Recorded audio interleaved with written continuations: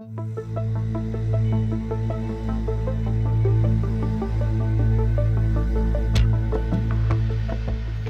à tous, vous m'entendez, je pense? Oui. Donc, en effet, je vais vous parler, merci d'abord de votre invitation, je vais vous parler de l'embryon humain de différentes façons. C'est un sujet très vaste, enfin l'embryon humain dans la recherche médicale. Et je trouve les outils. Voilà. Donc j'ai choisi d'aborder trois thèmes. D'abord essayer de préciser de ce que l'on entend par l'embryon humain quand on parle de recherche sur l'embryon, de quoi parle-t-on ou de qui parle-t-on selon son point de vue. Je parlerai ensuite donc des cellules souches embryonnaires pluripotentes, qui sont des cellules souches fabriquées à partir d'embryons humains et dont la fabrication nécessite la destruction de l'embryon. Dans une troisième partie, je vous donnerai quelques indications sur les travaux récents concernant la modification du génome de l'embryon humain à des fins médicales et thérapeutiques. Alors, concernant la première partie, donc l'embryon humain qui est représenté ici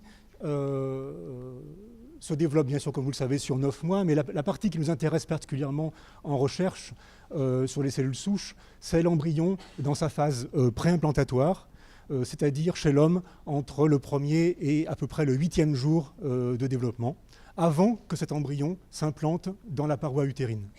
Et cet embryon, on a accès à cet embryon, on connaît son existence d'une certaine façon depuis environ 30 ans, puisque depuis 30 ans, on fait de la fécondation in vitro, et par conséquent, on a accès à cet embryon à un stade où il est bien évidemment invisible à l'œil nu.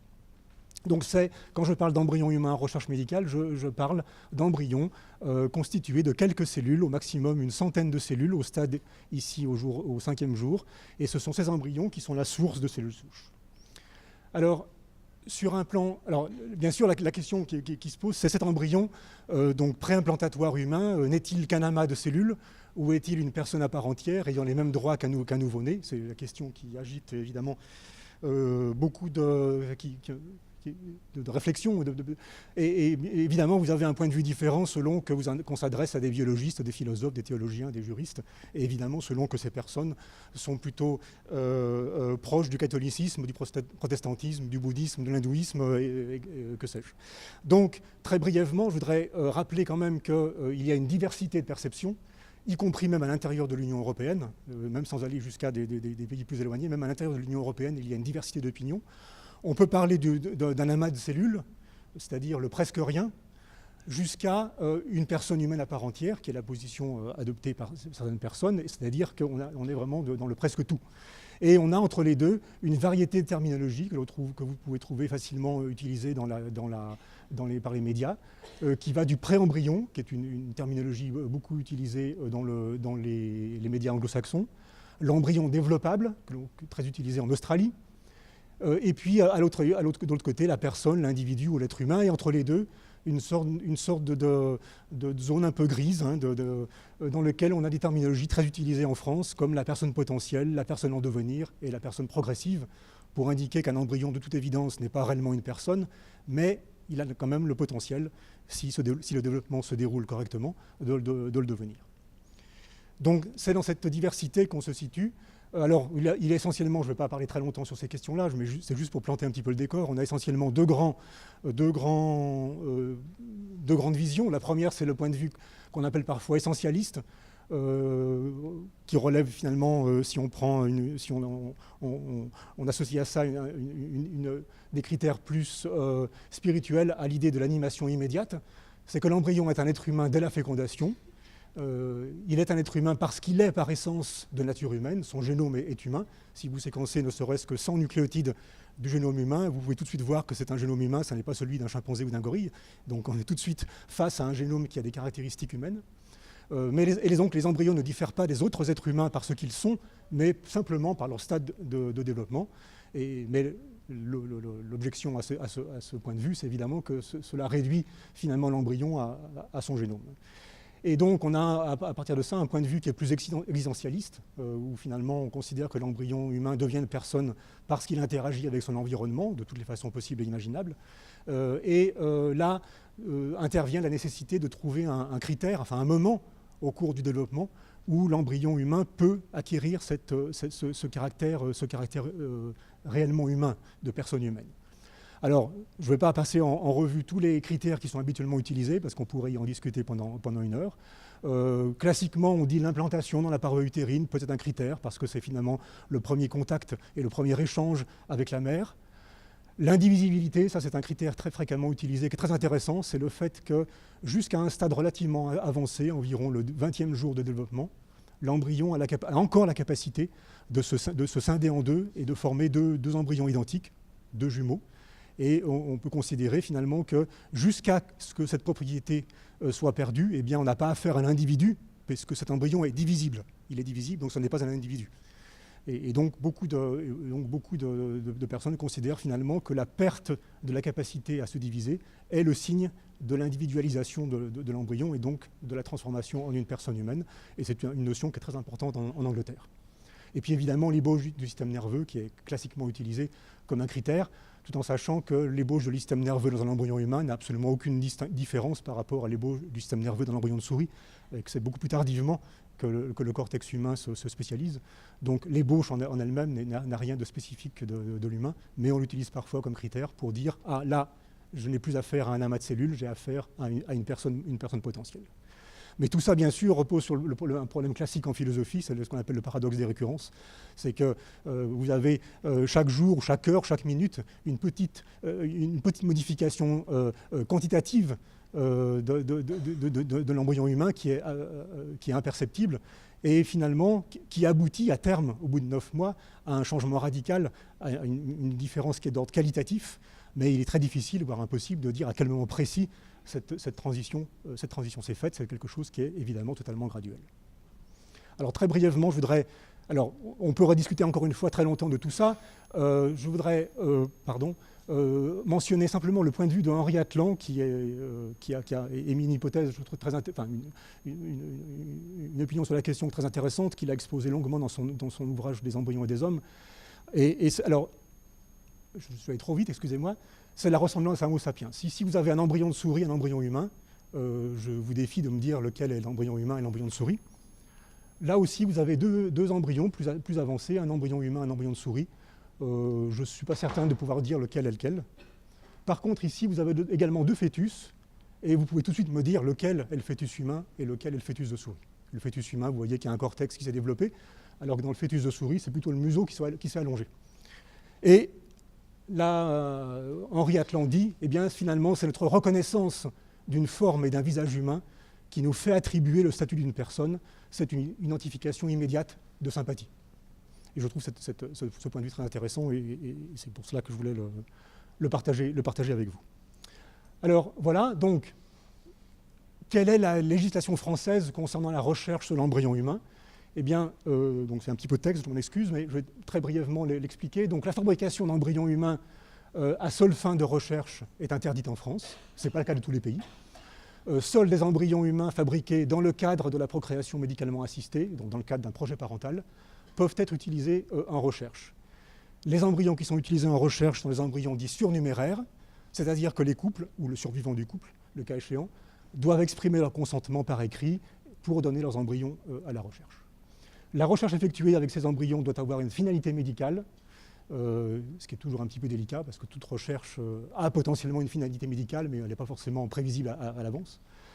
Et elle doit pouvoir également être réalisée, ne pas pouvoir être réalisée par une autre méthode d'efficacité comparable, ce qui d'un point de vue scientifique est quelque chose qui est difficilement acceptable, parce que bien évidemment on ne peut étudier et on peut comprendre l'efficacité de différents systèmes que si on les compare.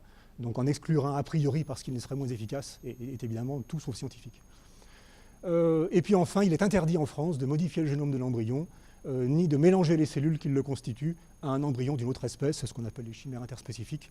Bon, je n'en parlerai pas aujourd'hui, c'est quelque chose d'assez complexe et qui pour l'instant n'a pas actuellement d'impact direct en recherche médicale. Alors juste pour finir avec cette question de l'embryon humain, quel est-il ? Voilà, réglementation relative à la recherche sur l'embryon humain en Europe. Donc vous avez différents cas de figure, vous voyez qu'on est loin d'être consensuel. Les pays ici indiqués en vert foncé sont des pays dans lesquels on autorise la fabrication d'embryons humains à des fins de recherche. Les pays en vert clair, dont la France, sont des pays où contrairement, il y a une erreur ici, contrairement à ce que j'ai marqué. Donc les pays comme la France en vert clair sont les pays où on peut seulement utiliser les embryons humains qui ont été produits dans le cadre d'un projet parental. On n'a pas le droit de fabriquer les embryons à une fin stricte de recherche. Des pays comme ici marqué en rose clair, comme l'Allemagne, l'Italie et l'Autriche, et l'Irlande également, qui sont des pays où on peut travailler sur les cellules souches embryonnaires dont je vais vous parler après, mais on ne peut pas travailler sur l'embryon humain directement. Et puis des pays comme la Pologne et la Slovaquie, où toute recherche sur l'embryon humain est strictement interdite. Donc vous voyez qu'il n'y a aucun consensus, même au sein de l'Union européenne, concernant ce type de recherche. Voilà, donc ça c'était un petit peu, je voulais planter un petit peu le décor. Maintenant, je vais vous parler donc d'un deuxième sujet qui que je connais particulièrement puisque mon équipe travaille sur cette question des cellules souches embryonnaires pluripotentes depuis très longtemps. Donc ce sont des cellules, comme je vais vous le montrer, que l'on fabrique à partir d'embryons humains. Donc le stade qui est utilisé pour capturer ces cellules souches, c'est le stade ici que l'on appelle le blastocyste, qui chez l'homme se trouve dans l'oviducte vers le 8e, 7e, entre le 7e et le 8e jour de développement après la fécondation. Et cet embryon est constitué très schématiquement de deux parties. Une partie en bleu autour qu'on appelle le trophoblaste, qui va donner le placenta, et une partie à l'intérieur ici qu'on appelle le bouton embryonnaire, ou également le terme scientifique c'est l'épiblaste. Et cet épiblaste est constitué en fait d'une dizaine de cellules qui sont des cellules souches pluripotentes. Ce sont les cellules qui vont donner l'ensemble du fœtus et donc du futur organisme vivant. Donc vous avez ici une photographie d'un embryon humain et vous voyez ici ces cellules rondes à l'intérieur. Ce sont les quelques cellules qui sont à l'origine du futur organisme vivant. Alors cet épiblaste donc, est constitué de cellules souches pluripotentes et qui, par définition, c'est la définition de la pluripotence, sont capables de se différencier dans tous les tissus constituant un organisme adulte, tous les organes, y compris, et c'est extrêmement important, les cellules germinales mâles et femelles. Donc ces cellules souches ont une potentialité totale, elles n'ont aucune restriction dans leur potentiel de différenciation, comme les cellules souches, comme c'est le cas pour des cellules souches que l'on trouve dans les organes, par exemple, d'un organisme adulte, enfin certains organes d'un organisme adulte. Et c'est précisément parce que ces cellules souches ont un énorme potentiel qu'il y a depuis plusieurs décennies maintenant un intérêt grandissant pour à la fois étudier ces cellules, mais également les utiliser en thérapie, et c'est ce que l'on maintenant on appelle assez couramment la thérapie cellulaire, la médecine régénérative, enfin une partie de la thérapie cellulaire, parce qu'elle peut utiliser d'autres types de cellules souches, mais ce sont des thérapies qui sont en train d'émerger, comme je vais vous le montrer, grâce en particulier à l'existence de ces cellules souches pluripotentes.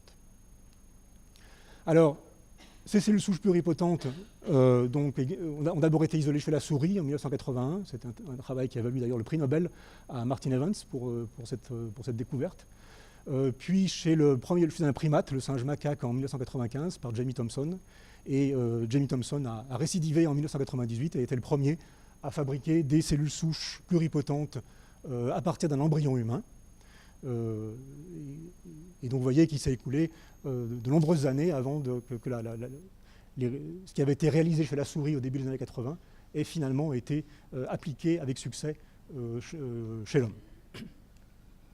Alors, voilà. Donc, comment est-ce qu'on cultive ces cellules? Je ne vais pas rentrer dans le détail qui relèvent plus de recettes de cuisine que réellement de la biologie.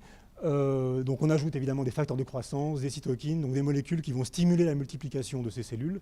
Et surtout, c'est ça qui est absolument fondamental, c'est que ces cellules, lorsqu'elles se multiplient en culture, et cela pendant des semaines, des mois, voire des années, ces cellules conservent en culture toute leur capacité de différenciation. Donc elles restent pluripotentes, elles conservent les caractéristiques fondamentales qu'elles avaient au départ dans l'embryon humain.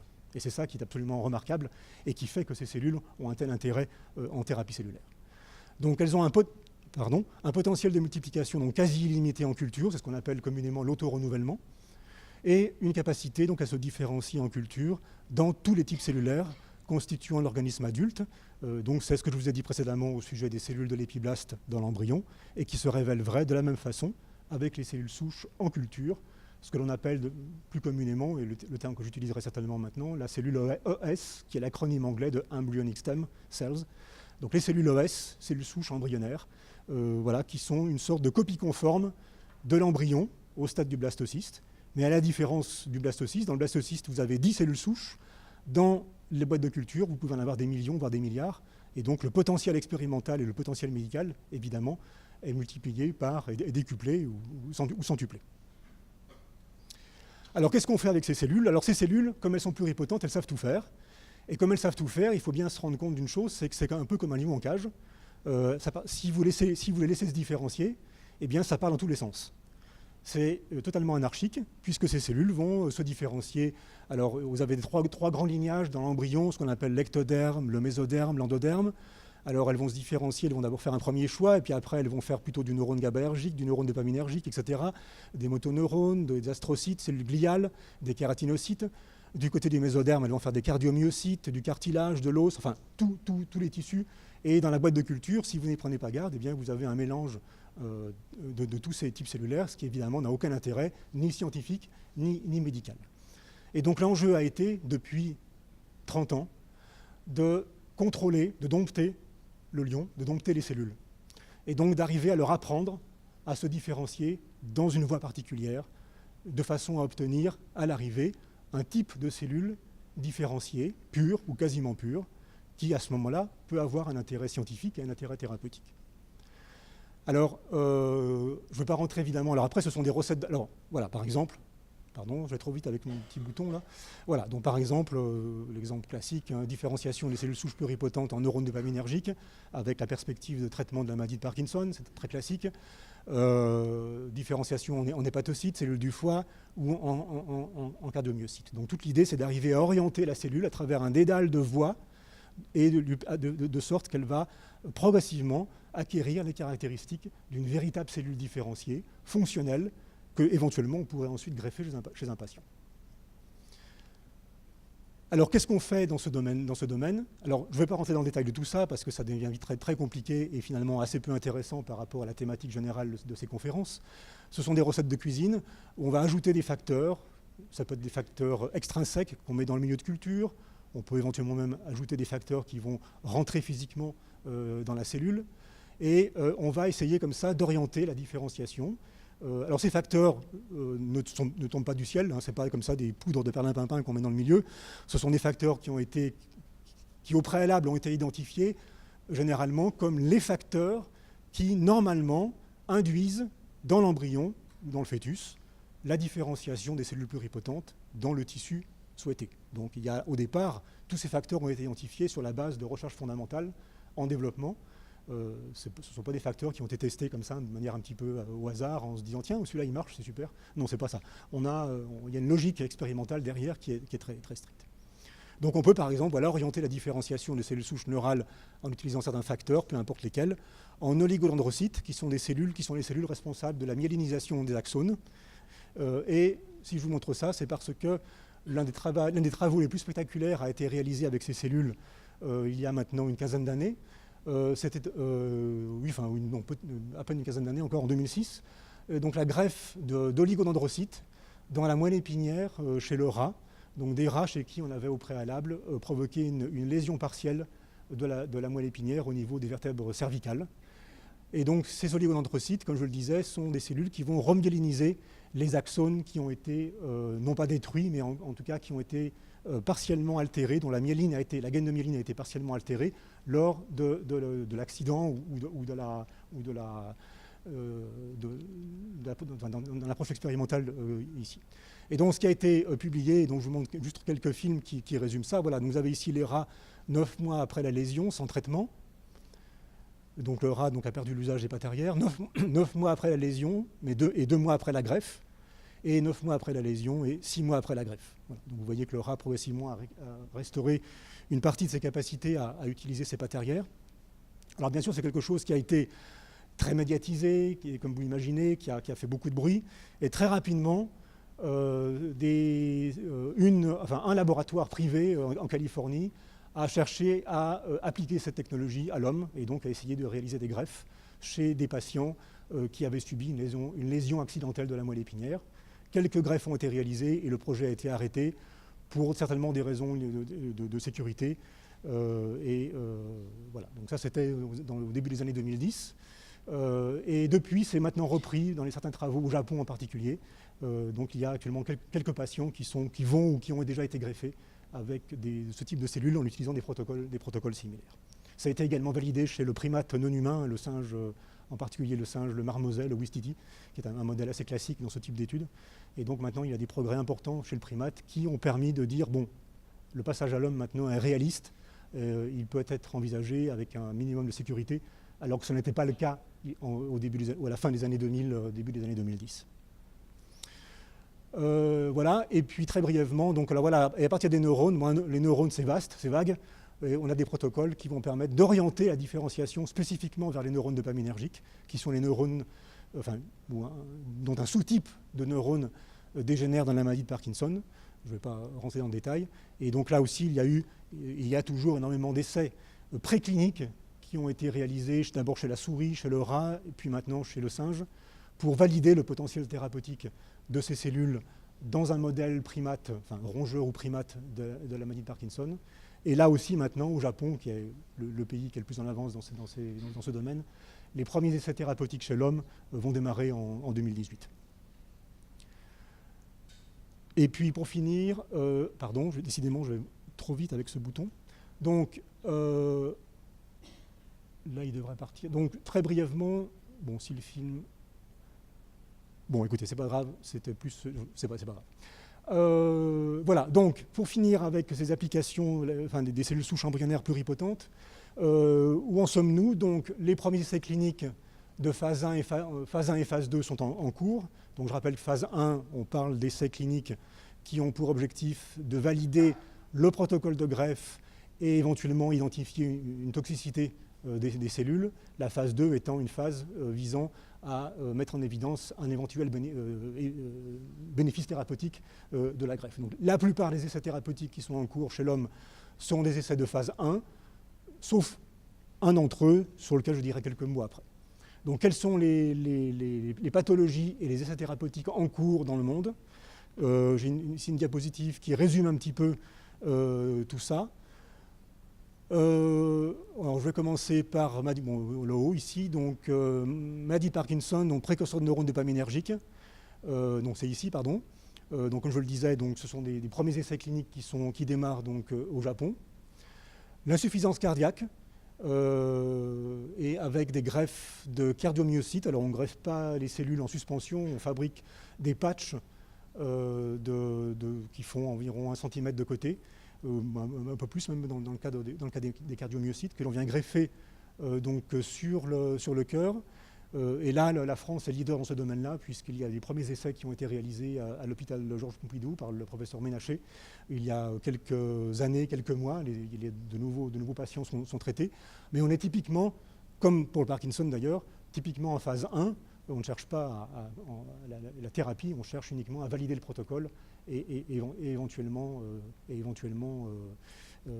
valider la sécurité de ces greffes. La dégénérescence axonale, donc c'est les précurseurs de l'oligodendrocyte dont je vous ai parlé précédemment. Donc là aussi, donc, comme je vous l'ai dit, les travaux sont en cours.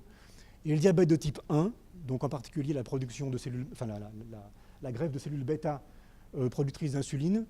Alors là aussi, donc, il y a différents protocoles, soit des greffes de cellules bêta isolées, soit on réussit maintenant à fabriquer in vitro des organoïdes qui sont en fait des pseudo-îlots de Langerhans, dans lesquels il y a coexistence des différents types cellulaires qui constituent le pancréas endocrine.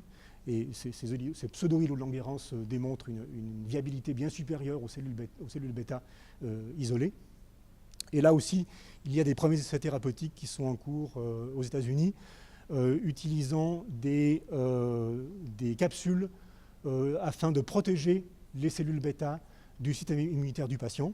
Je vais y revenir après. puisque dans le diabète de type 1, donc, il y a une composante d'auto-immunité importante, et donc il est important de protéger finalement les cellules bêta que l'on va greffer du système immunitaire du patient.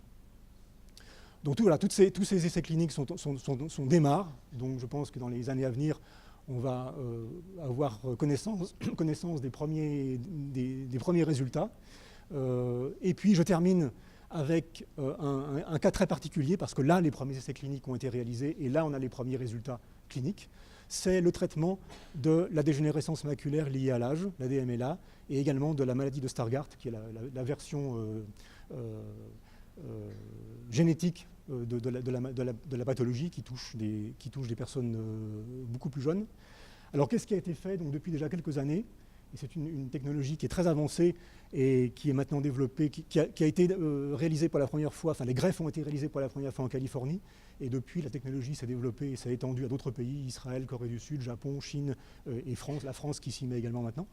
Donc le principe général, donc là vous avez un schéma qui rappelle la structure de la rétine avec donc, les photorécepteurs à la surface ici, et puis l'épithélium pigmentaire rétinien qui est donc dessous et qui est ce qu'on appelle donc, la rétine pigmentaire, qui est la couche de la rétine qui dégénère dans les différentes formes de rétinite pigmentaire et en particulier dans la DMLA.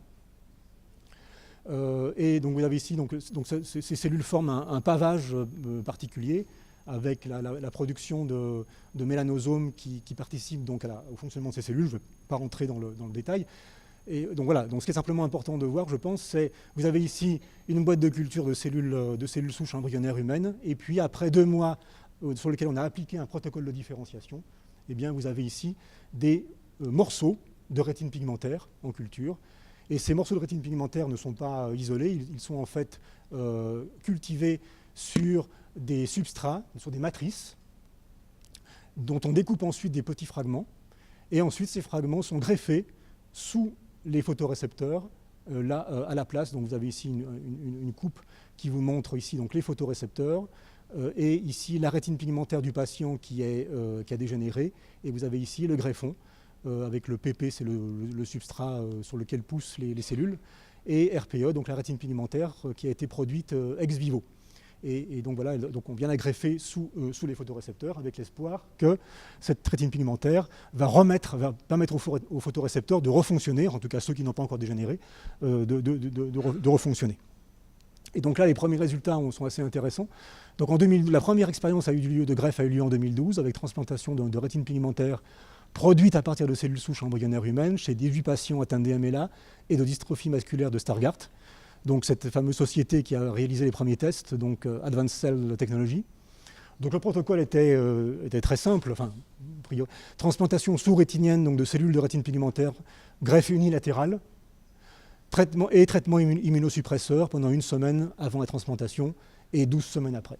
Alors pourquoi un traitement immunosuppresseur? Eh bien évidemment, les cellules ES, les cellules souches embryonnaires que vous cultivez, proviennent d'un embryon qui évidemment n'est absolument pas apparenté au patient, et donc les greffes de cellules sont des greffes hétérologues, et donc il y a nécessité d'adjoindre un traitement immunosuppresseur pour éviter le rejet de la greffe, bien évidemment. Néanmoins, et c'est l'une des raisons d'ailleurs pour laquelle ces premiers essais cliniques ont été réalisés sur cette pathologie, la DMLA, eh bien, c'est que la rétine est ce que l'on appelle communément un site humain privilégié, c'est-à-dire un endroit où l'accessibilité du système immunitaire est relativement modérée et donc les risques de rejet sont très amoindris par rapport à d'autres organes. Et c'est l'une des raisons pour lesquelles, évidemment, c'est ce tissu qui a fait l'objet des premiers essais cliniques, parce qu'on savait que le problème du rejet immunitaire serait plus facile à surmonter que d'autres types de greffes. L'autre raison est évidemment que l'œil n'est pas un organe vital et qu'en cas d'accident, au pire, on peut assez facilement retirer le greffon sans mettre en péril la vie du patient. Résultat, aucun signe de prolifération cellulaire anormale, de rejet ou de problème oculaire grave. Et ce qui était totalement inattendu, amélioration de l'acuité visuelle dans 10 cas, instable dans 3 cas sur 10 et stable dans 7 cas sur 10. Donc c'était très surprenant parce que c'était au départ un test préclinique, un essai clinique de phase 1 qui s'est révélé finalement être instructif sur le plan thérapeutique. Hein. Et voilà. Alors ces greffes, ensuite, d'autres greffes ont été réalisées avec des résultats variables selon les pays, selon les protocoles, selon également les variantes dans la DMLA. Mais c'est vraiment un domaine en pleine explosion et tous les pays maintenant, plus ou moins, développent leur propre protocole et leur propre stratégie de greffe pour essayer de soigner ces patients. Voilà, donc pour terminer, je vais vérifier le temps. Attendez, excusez-moi. Encore 10-15 minutes. Ok, donc bon, je parle très brièvement de ça parce que c'est un peu plus long que prévu. Donc, gardez en mémoire également que les cellules souches pluripotentes, comme je vous l'ai dit au début, peuvent également se différencier en gamètes, mâles et femelles. Et chez la souris, on a déjà fait la preuve de concept de la fabrication de souriceaux nouveau-nés avec des gamètes, mâles et femelles, fabriqués à partir de cellules souches embryonnaires pluripotentes de souris. Comment on fait? Eh bien, on part de cellules obèses de souris. Un protocole très élaboré et très sophistiqué a permis de produire des spermatozoïdes différenciés ex vivo que l'on utilise pour féconder des ovocytes. On obtient des embryons et des souriceaux nouveau-nés qui, a priori, sont en bonne santé. Et même chose pour la différenciation en gamétogénèse femelle. Des protocoles très sophistiqués, très complexes ont été développés qui permettent de produire des ovocytes de souris à partir des cellules OS. Et ces ovocytes sont fécondables avec des spermatozoïdes. Et là aussi, des nouveau-nés ont pu être obtenus. Alors, on est bien loin de faire la même chose chez l'homme. De toute façon, la plupart des pays interdisent ce type de recherche chez l'homme parce que ça, évidemment, pose un certain nombre de problèmes technologiques, éthiques, bien évidemment. Mais c'est quelque chose qui, chez la souris, est possible. Donc, ça ouvre la voie, la porte à de nouvelles technologies applicables à l'homme, potentiellement. Voilà. Donc, pour terminer, la modification du génome de l'embryon humain, je vais essayer de faire court. Donc, d'abord, c'est une question qui se pose dans le cadre de pathologies mitochondriales. Donc, vous savez que les mitochondries, donc, qui sont les organelles qui produisent l'énergie dans la cellule, sont apportées par l'ovocyte. Donc, il y a une transmission exclusivement maternelle. Et que le génome mitochondrial est lui aussi, comme le génome nucléaire, peut être porteur de mutations, et ces mutations sont parfois responsables. Et il y a environ 700 maladies non curables qui sont identifiées comme des maladies d'origine mitochondriale, neurologiques, neuromusculaires, etc., etc. Et en fait, une naissance sur 5000 peut être concernée par ce type de pathologie. Donc, a été mis en place un protocole qu'on appelle la thérapie par remplaçant mitochondrial, dans lequel on utilise un ovocyte. Donc vous avez ici les mitochondries mutantes en rouge, les mitochondries saines en vert. Donc vous avez ici l'ovocyte et le spermatozoïde du couple. On fait une fécondation in vitro. On prélève ensuite les deux noyaux, le mâle et le femelle. Et ces deux noyaux, on vient les réinjecter dans l'ovocyte d'une femme donneuse qui, elle, possède des mitochondries saines. Et on reconstitue comme cela. Donc on enlève bien sûr le noyau et on réintroduit le noyau du père et de la mère dans cet ovocyte énucléé et on obtient un nouvel embryon qui est ensuite transféré. Alors, les premiers essais avaient été réalisés en Angleterre en 2008, mais sans transfert intra-utérin. Et c'est seulement en 2015 que le Royaume-Uni a légiféré et autorisé l'application de ce protocole pour réellement obtenir un nouveau-né. Et donc les réimplantations sont autorisées donc, depuis fin 2015. Alors ce que les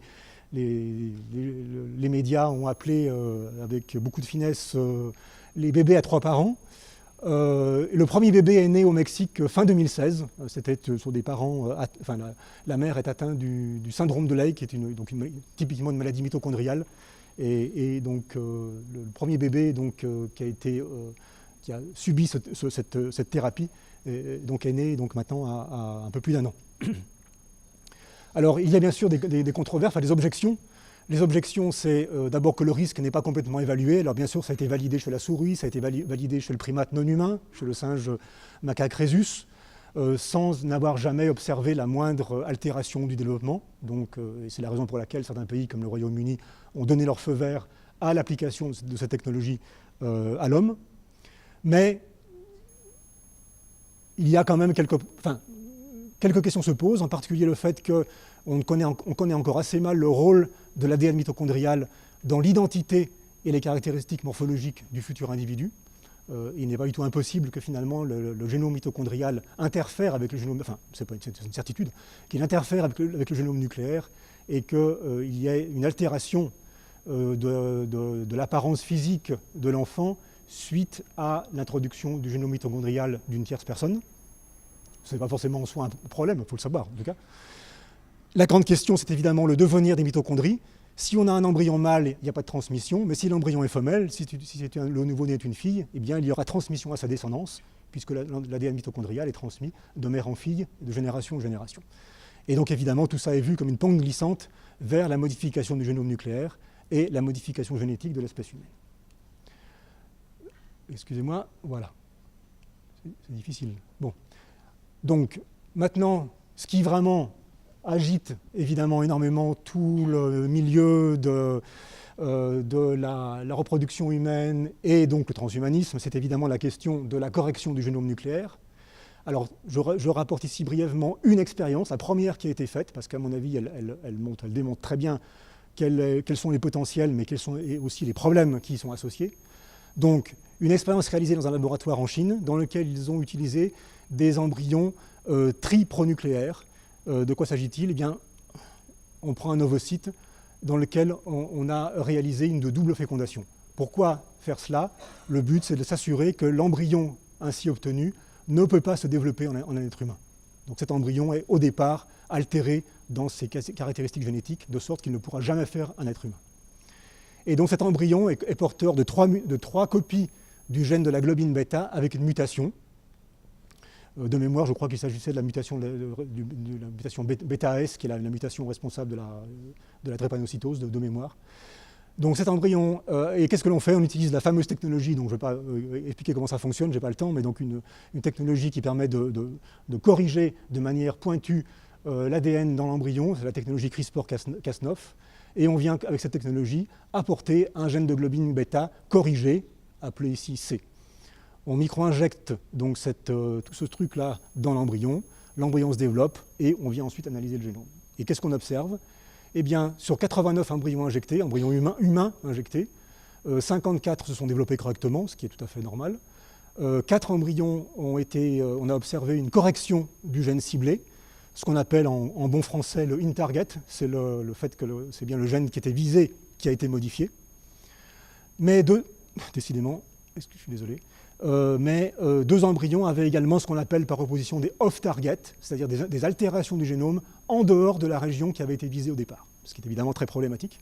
Donc embryon avec altération du génome hors région ciblée. Et puis la correction mosaïque, mais je n'ai pas le temps d'en parler, donc je vais sauter ça. Donc, voilà, donc quelles sont les objections? Alors, il y a eu d'autres travaux depuis, mais celui-là était vraiment le premier, et ça a évidemment été donc, très, très marquant. D'autres travaux ont été réalisés aux États-Unis, en particulier plus récemment, avec quelques doutes sur vraiment le mécanisme réel de la correction, dont j'en parle pas parce que ce sont des travaux qui sont plus performants, mais qui demandent une confirmation, je pense, avant d'être diffusés, et je préfère ne pas en parler. Alors, quelles sont les objections à cette technologie? D'abord, je trouve très intéressant de noter que la première objection, selon moi, enfin, on peut être tout à fait d'accord, enfin, même il y a des choses très intéressantes à faire avec cette technologie, mais il y a une objection, c'est qu'il y a une alternative. L'alternative, elle est très classique, c'est le diagnostic préimplantatoire. Vous avez un couple qui a un risque d'avoir des embryons avec une mutation génétique. Qu'est-ce qu'on fait classiquement? On fait une fécondation in vitro, diagnostic préimplantatoire, et on élimine les embryons porteurs de la mutation, et on ne réimplante que les embryons sains. Alors, c'est généralement le cas. Il y a des situations extrêmes, en particulier lorsqu'on réalise une fécondation in vitro chez une femme relativement âgée, où on a peu d'embryons, et où finalement la probabilité de trouver un embryon sain est parfois extrêmement réduite au point de ne jamais en trouver. Donc ça peut être la technique de correction du génome nucléaire, peut être une alternative, mais c'est un cas évidemment extrêmement rare. Ensuite, technologie peu efficace et dangereuse.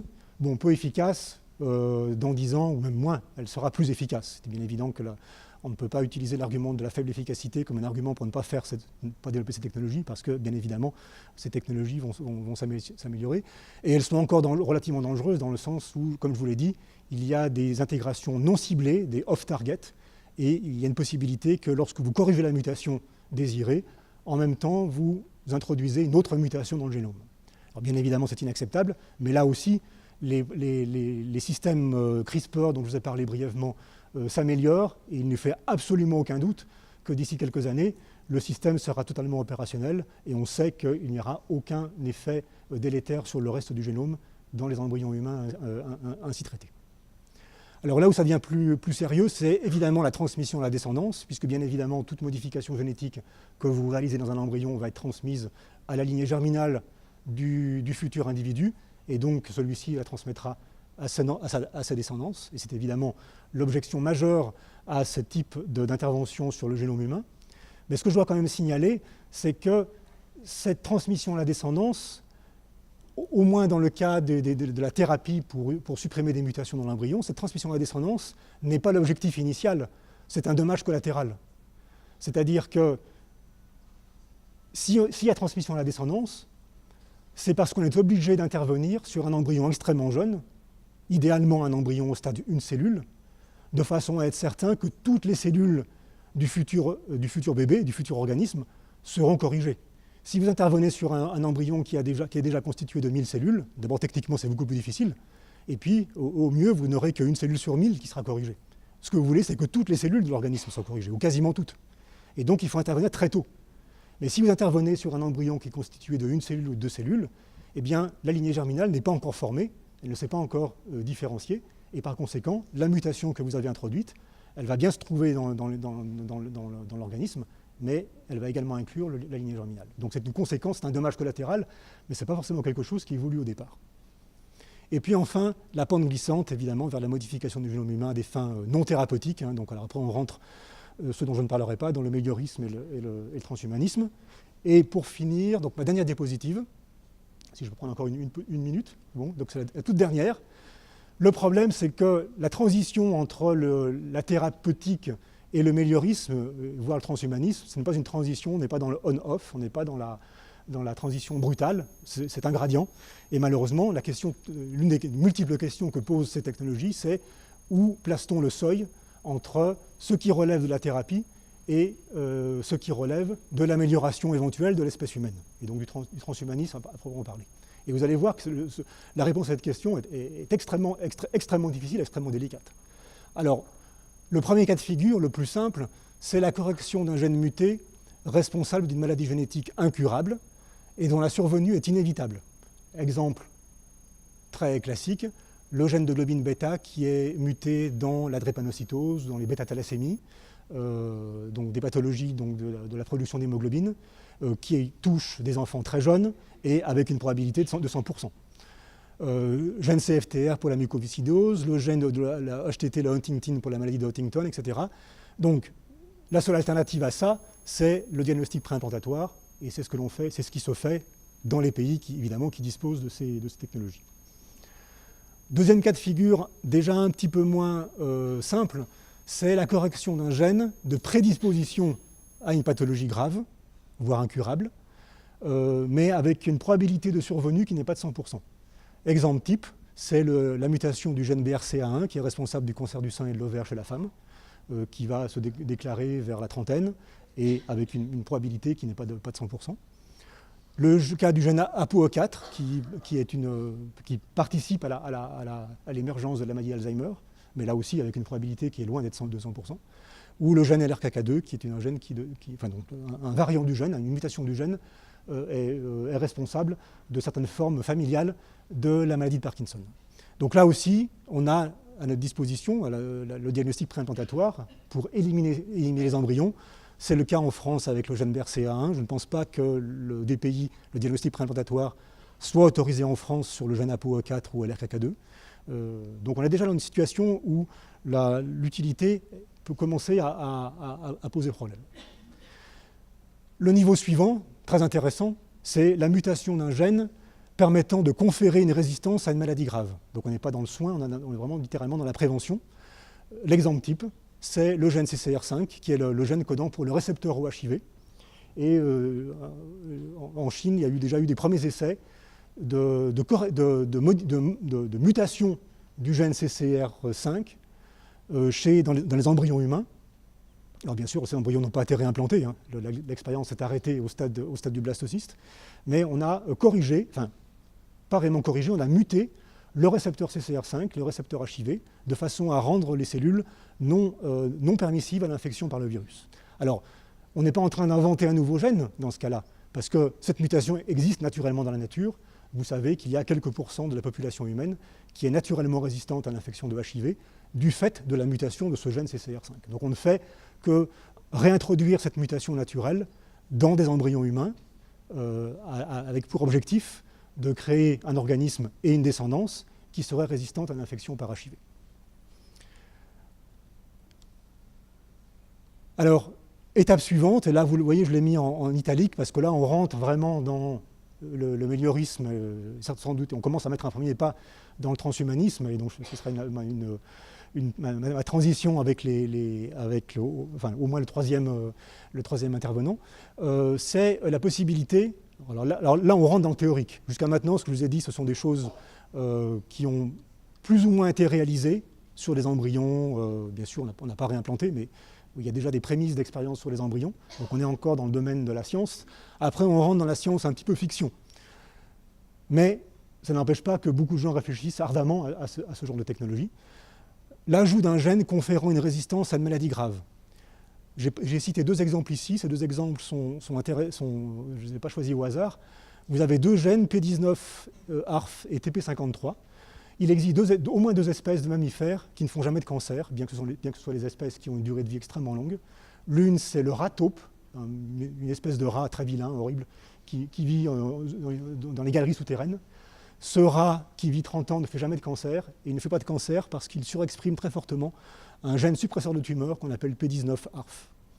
Et puis on a récemment découvert que l'éléphant, on sait depuis très longtemps que l'éléphant ne fait jamais de cancer, ou très, très rarement, et l'éléphant, bien qu'il vive aussi longtemps que l'homme, et l'éléphant ne fait pas de cancer, vraisemblablement parce qu'il a 40 copies du gène TP53, alors que l'homme n'en a que 2.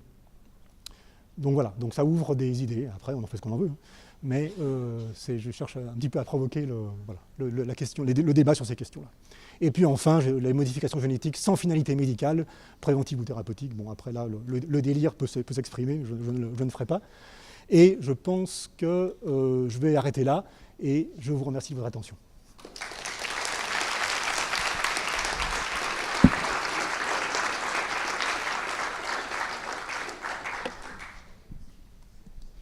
Merci beaucoup pour cet exposé. Est-ce que vous entendez là ou pas? Oui, c'est bon. Donc merci beaucoup pour cet exposé et sur toutes les nouvelles avancées en termes de thérapie, entre autres. Moi, j'avais une question qui revient de l'utilisation des cellules souches, et plus particulièrement donc de la stabilité en culture de ces cellules souches, puisque vraisemblablement, il a été montré que ces cellules souches et les cellules aussi induites à la pluripotence avaient une instabilité génétique au fur et à mesure donc, des passages en culture. Et donc, si on veut les utiliser en thérapie, est-ce que ça ne va pas poser un problème? Oui, c'est effectivement l'un des problèmes de ces technologies.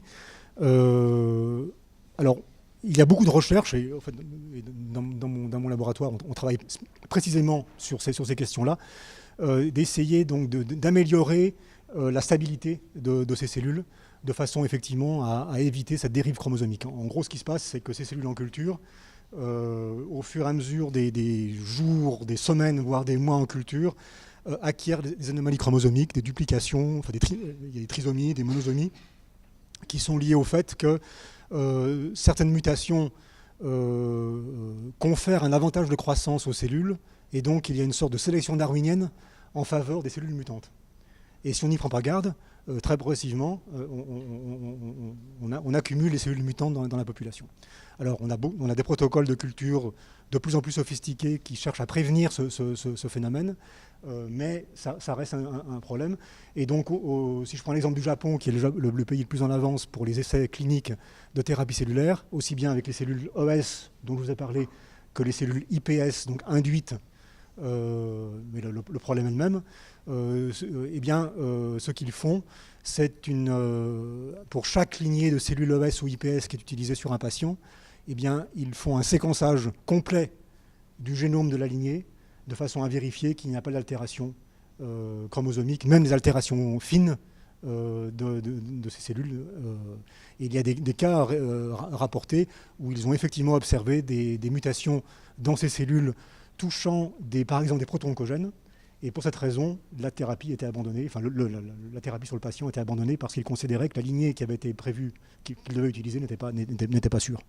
Donc c'est effectivement un problème qu'à mon avis on va résoudre en travaillant davantage sur la biologie fondamentale des cellules souches, en essayant de comprendre comment fonctionnent les mécanismes de réparation de l'ADN, parce qu'on sait que ces mécanismes de réparation dans les cellules souches sont un petit peu différents de ce qu'ils sont dans une cellule classique, somatique, et donc d'essayer comme ça de maîtriser la cellule sur le plan de son intégrité génomique. Mais c'est un point clé. Okay. Est-ce qu'il y a des questions dans l'assistance? Alors.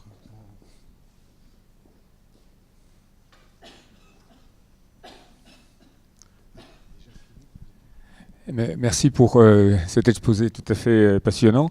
En vous écoutant, je me suis interrogé sur la question de l'immunité. Vous l'avez mentionné rapidement. Vous avez signalé que, par exemple, pour les îlots pancréatiques, on envisageait des membranes. Vous avez expliqué très bien que pour l'œil, la question se posait différemment. Mais par exemple, vous avez cité des essais cliniques sur le myocarde ou sur la moelle épinière. Vous pouvez développer un petit peu. Est-ce que, par exemple, ces cellules ont est-ce qu'il y a systématiquement un protocole immunosuppresseur? Est-ce que ces cellules ont des différences par rapport aux cellules classiques en termes d'expression d'antigènes? Alors, tous ces essais, ils ne sont pas encore très nombreux, mais tous les essais impliquent, avec les cellules OS, impliquent toujours un traitement immunosuppresseur, quel qu'il soit. Plus ou moins, je vous imagine, je ne connais pas le détail forcément de toutes les études, loin de là, mais plus ou moins puissants selon le type de greffe. Dans le cas des greffes de cardiomyocytes, donc c'est Philippe Ménaché qui fait ça, comme vous le savez, à Paris. Ce qu'ils observent, c'est que les cellules qui sont greffées, donc ce sont donc des patchs sur une membrane de... je ne sais plus, bon, c'est pas grave, les cellules en fait survivent pendant quelques semaines et ensuite progressivement disparaissent. Alors, ce n'est pas forcément inintéressant, parce que quand on dit thérapie cellulaire, ça ne veut pas dire forcément que les cellules que l'on greffe vont aller remplir une fonction permanente dans l'organe. Elles peuvent être là pour relarguer des facteurs trophiques et éventuellement faciliter la réparation de l'organe en endogène.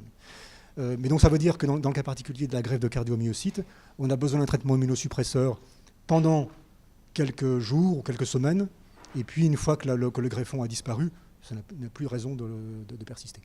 Alors dans le cas des greffes pour la moelle épinière, des greffes de légodendrocytes, on est un peu dans la même situation, je pense, dans le sens où là aussi on a besoin de cellules qui vont remyéliser les axones, et une fois que cette remyélinisation est assurée, la cellule thérapeutique, entre guillemets, n'a plus vraiment de raison d'être. En tout cas, la fonction peut être prise en charge par des cellules de l'hôte qui auraient été mobilisées entre-temps. Donc, mais ça reste là aussi un point. Alors bien sûr, la solution à ce problème-là, c'est bien sûr... j'en parle pas parce que ça ne rentre pas dans le cadre de cet après-midi, mais la solution, c'est la cellule IPS qui d'une façon ou d'une autre, évidemment, résout totalement ce problème du rejet immunitaire. Mais j'en ai pas parlé parce que ça n'a rien à voir avec l'embryon humain qui était le sujet de cette conférence. Ouais. Merci pour cet exposé. Mais du coup, la plupart des questions que j'avais ont été posées avec des réponses, donc c'est nickel. Simplement,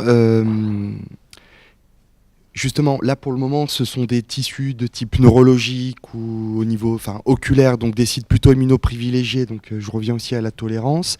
Mais si on part sur des perspectives à plus long terme, on pourrait imaginer qu'on soit capable vraiment de différencier des cellules ES en tout tissu ou organe permettant ensuite des transplantations. Forcément, la question des immunosuppresseurs au long cours va se poser avec tous les problèmes associés.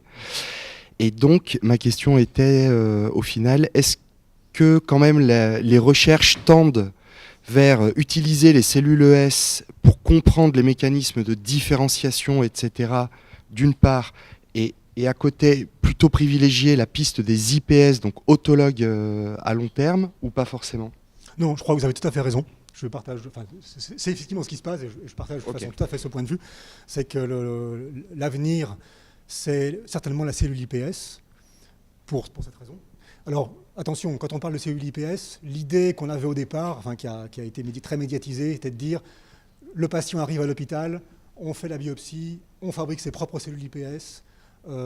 Ces cellules IPS, après, on les différencie dans le type de cellules thérapeutiques, enfin, le type de cellules qui est nécessaire pour ce patient. Ça, c'est totalement irréaliste, simplement pour une question de coût. Parce qu'il faut, les contrôles qualité sont d'une telle complexité que c'est inimaginable de développer une telle stratégie de médecine personnalisée. Alors, la stratégie maintenant qui commence à se développer, qui à mon avis est celle qui va vraiment être à la base de toute cette affaire dans les décennies qui viennent, ce sont les banques, ce qu'on appelle les banques d'IPS haplotype homozygote. En gros, pour faire très simple, ce sont on va fabriquer, on est en train de fabriquer des lignées de cellules IPS qui vont jouer le rôle de donneuses universelles. Donc des cellules IPS qui ont un système de complexe, bon, pour les termes techniques, de majorité de compatibilité, qui font que ces cellules ne seront pas reconnues comme des cellules étrangères par le patient. C'est d'avoir une banque applicable selon le... C'est qu'on va avoir une banque contenant une centaine de lignées. Ces lignées seront parfaitement caractérisées sous toutes les coutures. Il y aura un niveau de sécurité optimal. Et le patient arrive, on fait un prélèvement, on détermine son groupe tissulaire et on sort la lignée du tiroir. D'accord. Ça, c'est exactement comme ça que ça se passera. Donc pour finir ma réponse, effectivement, les cellules OS restent très intéressantes, exactement ce que vous avez dit, parce que c'est la référence, c'est l'original. Donc si on veut comprendre les mécanismes, si on veut améliorer la qualité des cellules, eh bien la cellule OS, ça reste la référence. La cellule IPS, c'est la copie. Donc c'est un intérêt thérapeutique, bien évident, mais en recherche fondamentale, ce qu'on veut savoir, c'est qu'est-ce qui se passe réellement, naturellement. Et c'est la comparaison des deux qui est très, très intéressante. Bonjour. Je ne vous vois pas. Ah pardon, oui, très bien.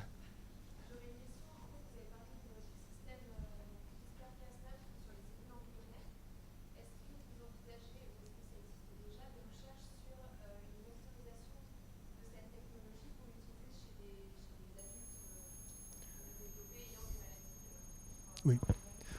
Bon, c'est un domaine que je connais très peu, mais effectivement, ça existe.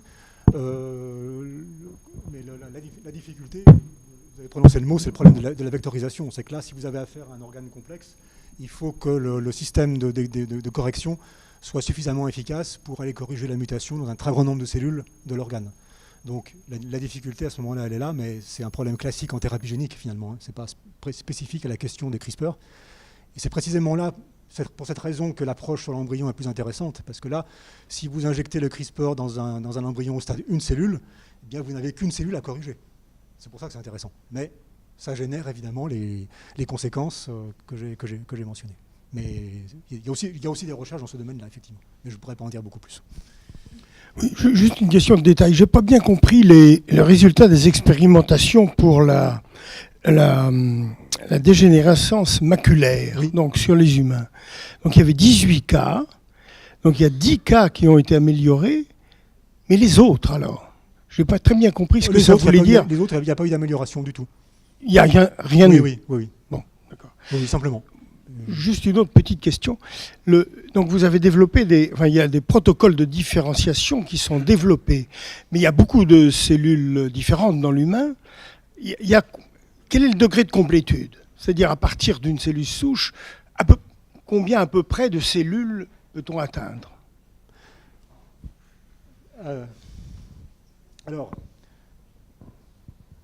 chez la souris, je vais commencer chez la souris, on peut prendre des cellules souches pluripotentes qui ont été cultivées pendant 1 mois, 1 an. On les réinjecte dans l'embryon et les cellules participent au développement de l'animal. Et là, je réponds à votre question, elles participent à tous les organes, à toutes les voies de différenciation, sans aucune exception. Donc, elles ont effectivement toutes les potentialités. Chez l'homme, évidemment, on ne va pas réinjecter les cellules OS dans l'embryon humain et le réimplanter pour vérifier qu'elles colonisent tous les organes, bien évidemment. Donc on ne peut que se reposer sur leur potentiel de différenciation in vitro. Et là, simplement, ce que je peux dire, c'est que toutes les voies de différenciation qui ont été étudiées, pour lesquelles il y a un intérêt thérapeutique, toutes fonctionnent. Je n'ai jamais entendu parler d'une recherche visant à induire la différenciation de cellules souches pluripotentes humaines dans un type cellulaire X, Y, Z qui n'aurait pas fonctionné. Ça marche plus ou moins bien, c'est plus ou moins difficile, mais ça marche toujours. La qualité intrinsèque des cellules différenciées ainsi obtenues peut être plus ou moins bonne, mais on y arrive toujours. Donc on n'a pas de raison de penser que, fondamentalement, intrinsèquement, la cellule souche pluripotente n'a pas tous les potentiels. Elle a tous les potentiels, certainement. Contrairement à des cellules souches du sang, de n'importe quel organe. Non, ma question, c'était de savoir comment, si c'était sûr que ça allait marcher in vitro. Là vous dites, pour l'instant, il n'y a pas eu d'échec. Voilà. Jusqu'à maintenant, voilà. Là, oui, voilà. Mais je sais bien que l'absence de preuve n'est pas une preuve d'absence. Je suis désolé, j'étais un petit peu long, mais...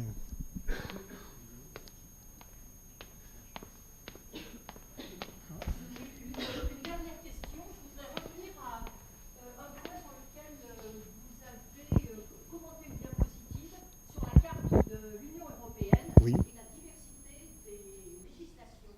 Est-ce que c'est évoqué sur le plan d'une réglementation harmonisée au niveau des pays de l'Union européenne, ou est-ce que ça, personne ne s'en occupe? Non. Il est dit que ces questions bioéthiques relèvent des parlements nationaux.